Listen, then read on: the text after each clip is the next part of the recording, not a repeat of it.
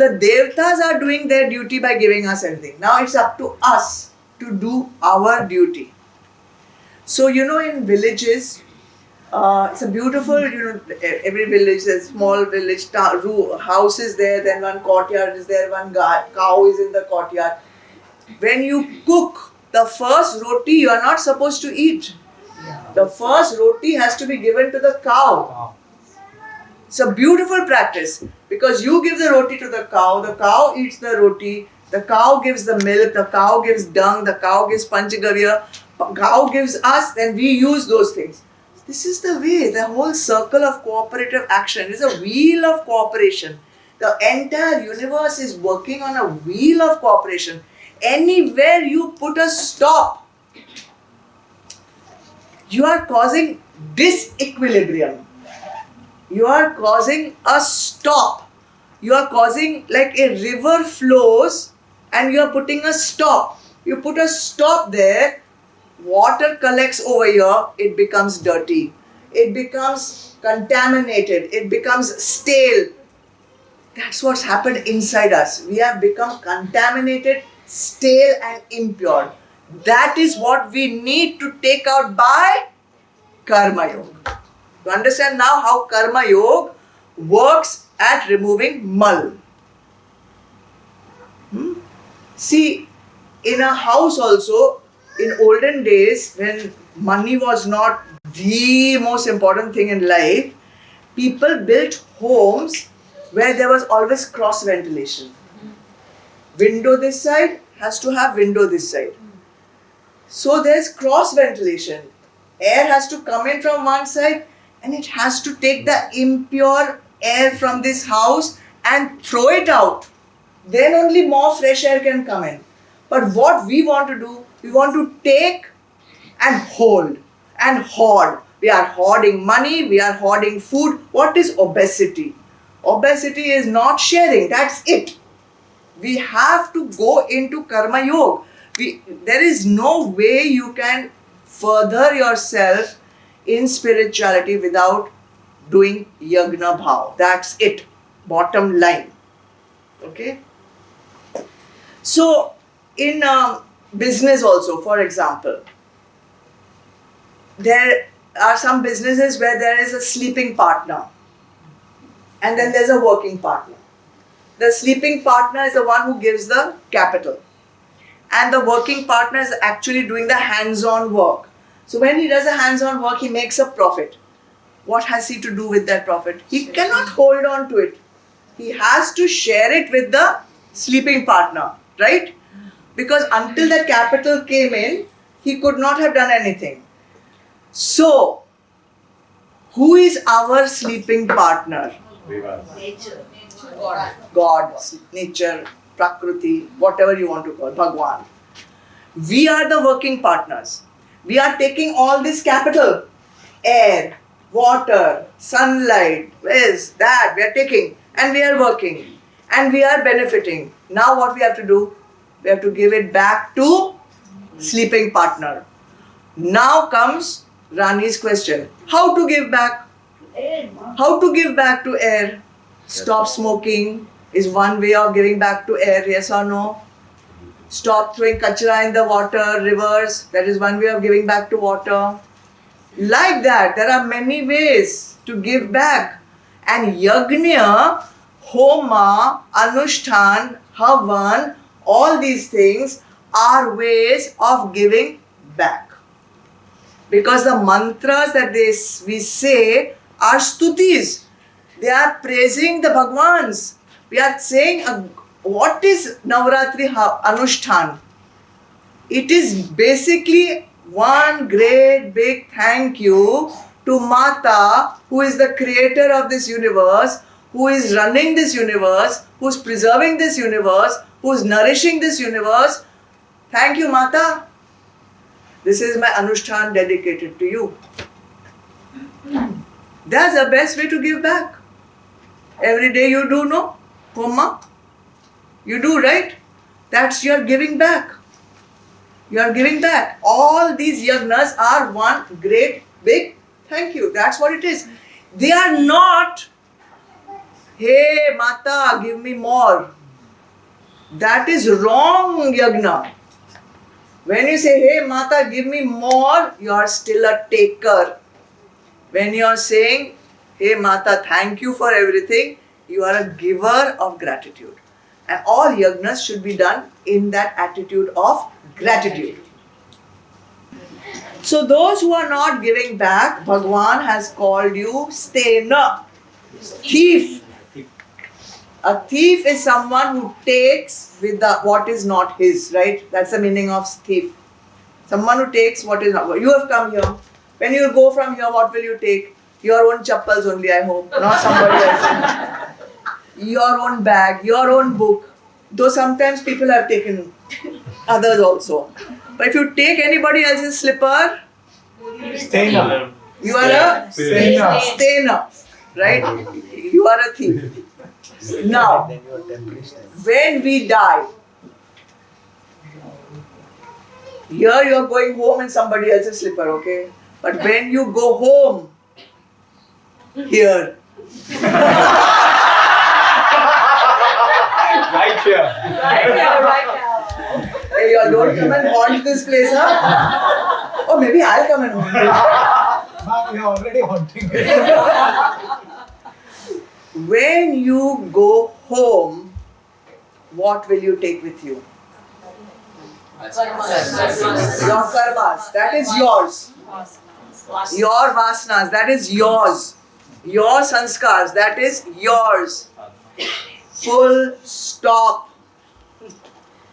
You will not be taking anything else because only that is yours. Right? Yet, our entire lives, we are living with my dress, my ring, my house, my wife, my husband. Those can go. That not too many people are bothered with that. My car, my this. How many times we use my when actually you have not brought it, you will not take it. How has it become yours? How has it become yours? Nothing is yours. Only what you have brought and what you will take is mine. But the way that we go on calling everything my house, my child, my cook, my clothes, my jewelry, my diamond, my solitaire, every time you use my for something, do you know what you do? You create attachment to that object. Every time you use my, you are creating an attachment to that object. It's a feeling of possession. And you know what attachment does? Is a cause for bondage. You will come back to earth again to enjoy that my. So, no liberation. So, you have to be very careful what you are doing with this word my. So, whenever we do any activity, let's say we have this class. If it goes well, I can say, my class did so nicely everything and I take the full credit for it. It will be a totally wrong thing because one person cannot take credit for any one action also. There are many factors which go into making even one action or one project or one program successful. So it's not about taking sole credit for anything. To come here, somebody had to drive you. That person also has some credit in that. Somebody brought flowers, somebody brought this, somebody put chairs, somebody put camera, somebody put this. All that, there's a contribution. And the result of that, the credit of that, the outcome of that has to be shared by everybody. You know, some ladies, they have kitty party. If you walk into someone's house, you don't acknowledge, you just come in, you just start eating, you open the fridge, take the ice cream. You like someone's dress, you just say, I'm going to take this. What? I mean, like, will it be acceptable? No. Definitely not. Sonia, you would not stand for it. I would not do it. You would not stand for it either, right? Nobody will stand for it. So we cannot go into anyone's house and say, I want this, and it's my right to take this, and it's my right to take. We are also in God's house. We are also in God's house. We simply cannot just enter and just take whatever we want. Cannot just take the water and take the air and take the food and take the soil and take whatever we want. We have to give back. We have to give back. Chandragupta asked Chanakya. So he said, according to Vedas, what is the position of a king vis-a-vis the subjects? And Chanakya said, king is the servant of the subjects. The king is the servant of the subjects. His God-given duty is to help the citizens of his kingdom progress in their journey to self-realization. This is research, not internet. What's self-God-given duty? To help his subjects, his citizens, progress in their journey towards God realization. So we are not kings, okay. We may be businessmen, we may be householders, we may be politician, we may be student, we could be anything. We have to do our duty. Whatever our duty is to give back, we have to do it. God gives us all our necessities, it says. Necessities. That's an important word. Why? It doesn't give us our greed. It gives us our necessities. What we need to live and move towards self-realization. Not towards becoming more and more stuck in sansar by greed. Because lobh is one of the enemies. So Vedanta believes that everything is Brahma. Everything is Brahma. Sarva Khalvidam Brahma. All this is Brahma. So whatever you are taking from Brahma. Whatever you are giving to Brahma. You are not giving to any tamasic person. You are not giving to any rajasic person. You are not giving to a robber or a thief. Or you are giving back to, because all this is Brahma. Then why is the hesitation? Give what you can give. Give as much as you can give. Give all that you have to give. Because it's only with cross ventilation you give, then it gets replenished. If you hoard, there is no place for anything new to come in. Okay? That is why hoarding creates illness. Now, people think, I wish I could give. I don't have much to give. If I was rich, I would give. Ambani though he can give. Yeah, what is problem with them? They can give. They have so much. I'm not Ambani. How can I give so much? I'm not this. I'm not that. I'm not this. Right?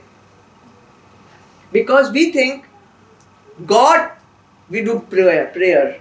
We do Havan. We do Homa. Bhagwan, please give me no. Then just to look pious. Then I can give other people. Then I can give. That is in brackets. Sometimes in small print. Sometimes don't read that also. Just only you give me. If I have, I can give. If God you give me, I will give. I promise. But when that time comes also, there was one guy we knew personally.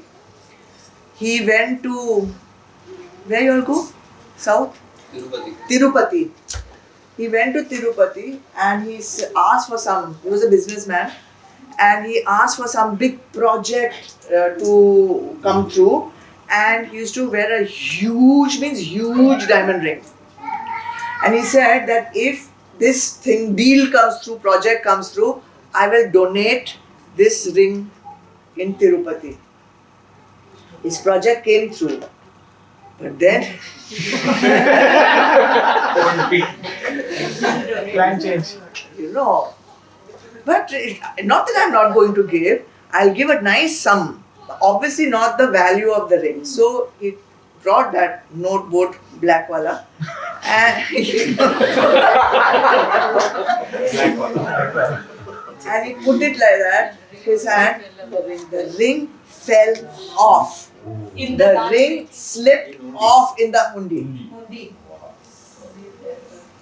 And the cash also back.